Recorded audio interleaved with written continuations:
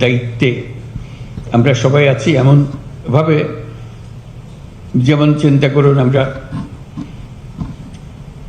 একটা খেলার, ক্রিকেট খেলা কি ফুটবল খেলার খেলোয়াড়, আমাদের আজকে এই খেলোয়াড়দের সমাবেশ, প্রস্তুতি নেওয়া যে আমাদের স্ট্র্যাটেজি কি হবে, আমাদের অবজেক্টিভ কি হবে, আমাদের কার কি করণীয়, এগুলো ঠিক করা। আজকে যে সময়টুকু আমরা পেলাম সবাইকে একত্র করে, সারা দেশের থেকে সবাই এসছো তোমরা, এটাই ঠিক করা আমরা টিম হলাম কিনা। যদি এটা বাংলাদেশ সরকার হয়ে থাকে, বাংলাদেশ সরকারকে একটা টিম হতে হবে। এটা টিম ওয়ার্ক, এটা এমন না যে আমি আমার মতো করলাম, ওর মতো করলো, ওইটা হয় না, কোনো কাজেই হয় না। টিম গঠনের জন্য যখন একত্র হয় তখন টিমের কি কার করণীয় সেগুলো নিয়ে আলোচনা, কার ঘাটতি আছে, কাকে তোমার কারণে আমারটা নষ্ট হচ্ছে। কারণ খেলা হলো একটা সামগ্রিক জিনিস, একজনের ভুল কাজে পুরো টিম তার সাফল্য থেকে বঞ্চিত হয়। কাজে আমরা কেউ যেন এমন কোনো ভুল কাজ না করি যাতে করে পুরো টিমের সাফল্য ব্যাহত হয়, আমাদের গন্তব্যে পৌঁছা ব্যাহত হয়। এটা নিয়ে আমাদের আলোচনা, আমরা কি করছি। আমরা সরকার গঠনের পর থেকে এখন 6 মাস চলে গেল। এটাকে আমি বলছিলাম যে এটা আমাদের প্রথম পর্ব। একটা আয়োজন করার জন্য যে সময় লাগে, অনেক ভুলভ্রান্তি হয়েছে এই আয়োজনের সময়। এখন সেগুলো ঠিকঠাক করে আমরা পুরো খেলার জন্য এখন প্রস্তুত। সেই প্রস্তুতিটা আমাদের হলো কিনা, না হলে কি কি ঘাটতি আছে সেগুলো ঠিক করা। আমি অন্যভাবেও চিন্তা করছিলাম কথাগুলো শোনার সময়, এটা যদি কোনো বড় কোম্পানির এক্সিকিউটিভদের একটা বৈঠক হতো, তাদের যারা শরিক হচ্ছে তারা কি বলতো, নিশ্চয়ই ম্যানেজিং ডিরেক্টরের প্রশংসায় সময় নষ্ট করতো না। তারা বলতো আমি এই কাজ দিয়েছেন আমাকে, আমি এই কাজ করেছি, আমার এই সাফল্য হয়েছে, আমি ওই আরো এই কাজের জন্য প্রস্তুত। আমি দুভাবে দেখালাম, একটা হলো যে খেলার মাঠের খেলোয়াড়, একটা হলো ব্যবসায়িক প্রতিষ্ঠানের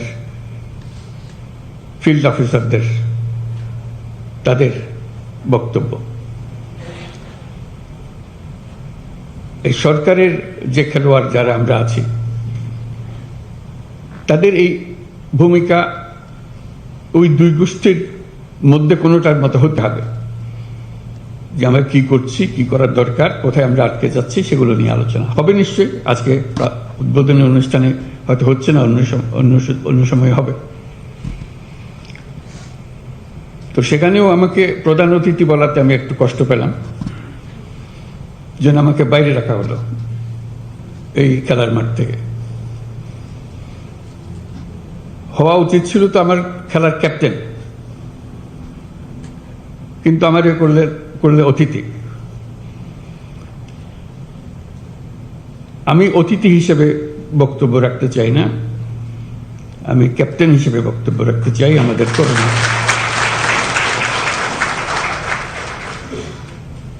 কাজ কি, আমাদের একেবারে হাতে গোনা মাপা জিনিস।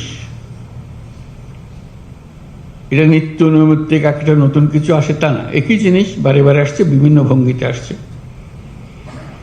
সেগুলো আমরা কে কিভাবে করছি, কি হলে আরো ভালো হতো, কোঅর্ডিনেশনটা কিভাবে হতো, ক্যাপ্টেনের সিগন্যালটা কিভাবে ফিল্ডে যেত, গেলে ভালো হতো, এগুলো নিয়ে আলোচনা। আমরা যেহেতু এমন পরিস্থিতি এসছি, এটা ল অ্যান্ড অর্ডার, একটা শান্তি শৃঙ্খলা বজায় একটা মস্ত বড় ইস্যু হয়ে গেল। এটাতে আমরা কে কি পরিমাণ অগ্রসর হলাম, কি করণীয় আমাদের, এটা একটা 1 নম্বর বিবেচ্য বিষয় আমাদের ল অ্যান্ড অর্ডার। এটা যাতে আমরা বিফল না হই, কারণ এটাতেই আমাদের সমস্ত অর্জন সফলভাবে অর্জন হতে পারে অথবা বিফলতায় পর্যবসিত হতে পারে। সেটা কি কোঅর্ডিনেশন হলে, কিভাবে হলে, এটা নিয়েই এই সম্মেলনে আলোচনা হোক। ফিরে যাওয়ার পরে যেন এটা আর বোঝাবুঝির মধ্যে কোনো গলদ না থাকে। আমরা সেখানে কি কি বিষয় অন্তর্ভুক্ত সেগুলো তোমাদের খুব ভালো করে জানা আছে। পুলিশ প্রশাসনের কাজ কি, সিভিল প্রশাসনের কাজ কি, কোঅর্ডিনেশনের কাজ কি। কিন্তু এই যদি বলি ওর কারণে আমারটা হয় না, এটা বলে তো আমরা পার পাবো না।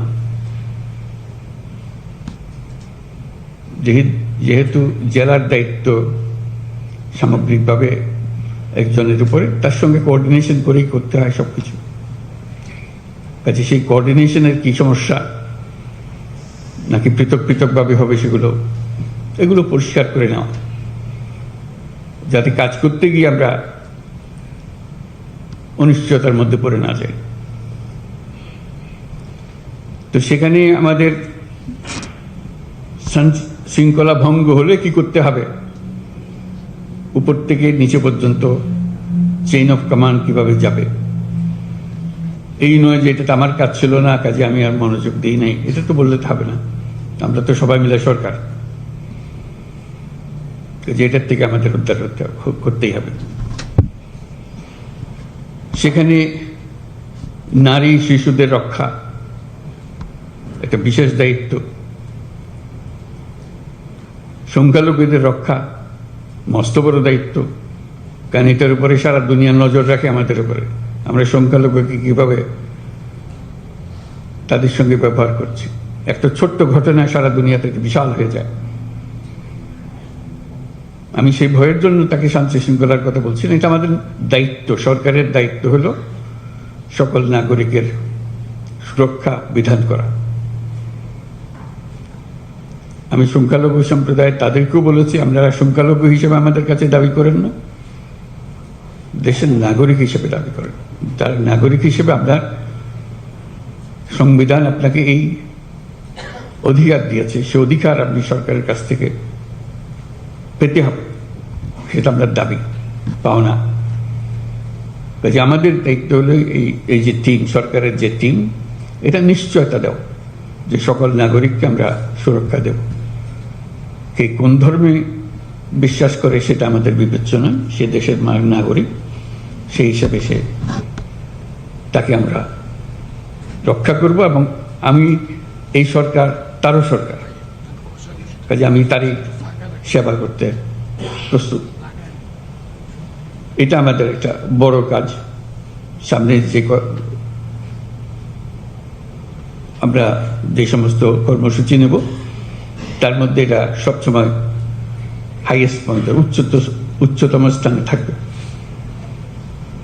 তারপরে সমসাময়িকভাবে যে সমস্ত বিষয়গুলো হয়, যেমন বাজার দর, এটা নিয়ে বহু কথা হয়, সেখানেও একটা প্রতিযোগিতামূলক ব্যবস্থা হতে পারে।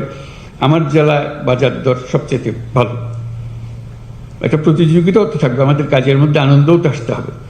আমার জেলায় শান্তি শৃঙ্খলা সবচেয়ে আমি ভালো রাখতে পেরেছি, আমার জেলায় সবচেয়ে ভালো বাজার দর, কোনো চাঁদাবাজি নাই, বা যা যা অসুবিধা থাকে একটা জায়গায় সেগুলো নেই, আমি সেটা করেছি।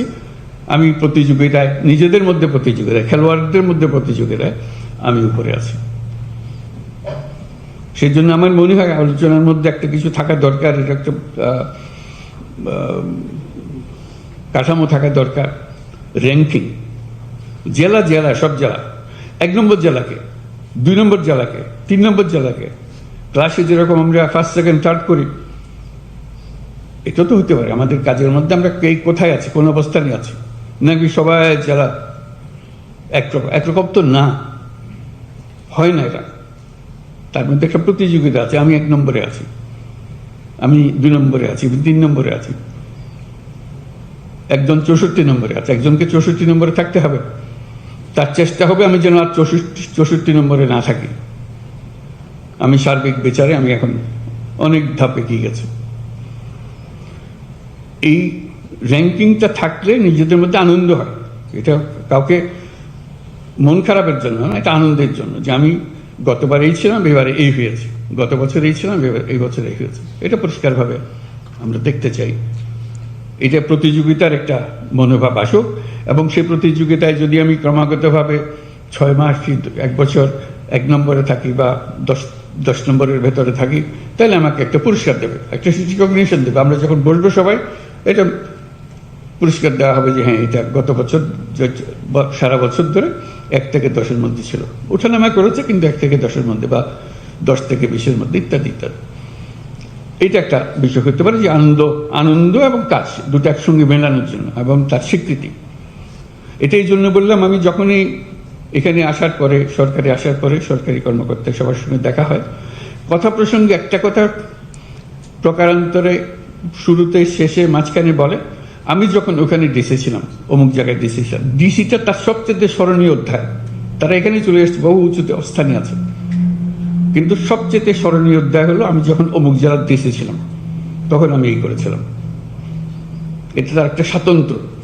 আমি নিজের ইচ্ছায় অনেকগুলো কাজ করতে পেরেছি সেখানে, এবং আমার একটা তারপরেও বহু জায়গায় চাকরি করেছি, বহু তাপে চাকরি করেছি, কিন্তু ওইটাই আমার স্মরণীয়, যেহেতু আমি আমার নিজেকে সেখানে প্রকাশ করতে পেরেছিলাম।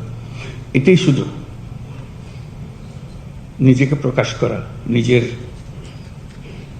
ক্রিয়াশীলতা, সৃজনশীলতা, এগুলো প্রকাশ করা।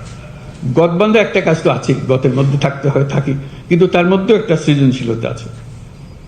এই সৃজনশীলতাকে কিভাবে প্রকাশ করা, এবং কে কিভাবে সেই সৃজনশীলতা প্রকাশ করেছে, আমরা যখন এরকম সম্মেলনে বসবো, কথাবার্তা বলবো, তাদেরকে সুযোগ দেবো যে তুমি কি করেছো বলো, এটা সবাইকে শোনার। তো সবাই শুনলো, হচ্ছে মজার জিনিস, কারণ কোনো আইনও ভাগে না, কিছু করে না, কিন্তু একটা বিরাট জিনিস করে ফেলেছে। অনেকে বলছে আইনে ছিল না বলে আমি করি না, করতে পারিনি, হয় অনেক সময় আমরা ব্যাখ্যা দিই। ওই আইন, যত আইন আছে সবার মধ্যেই এই কাজ করা যায়, এবং পরে দেখা গেলো আইনটাকে উৎসাহিত করেছে, নিরুৎসাহিত করে না। ওই জিনিসটা দেখি খেয়াল রাখা, যে আমাদের এই জেলায় আমাদের যে সময়টুকু, সেই সময়টুকু যতটুকুই হোক, একটা স্বল্প সময়, আমার কর্মজীবনের একটা স্বল্প সময়, কিন্তু যে বললাম, এটা খুব স্মরণীয় অধ্যায় হতে পারে যদি আমরা করতে চাই, যার যার মধ্যে করতে চাই। আমরা অনেক সময় এখানে বসে ঢাকায়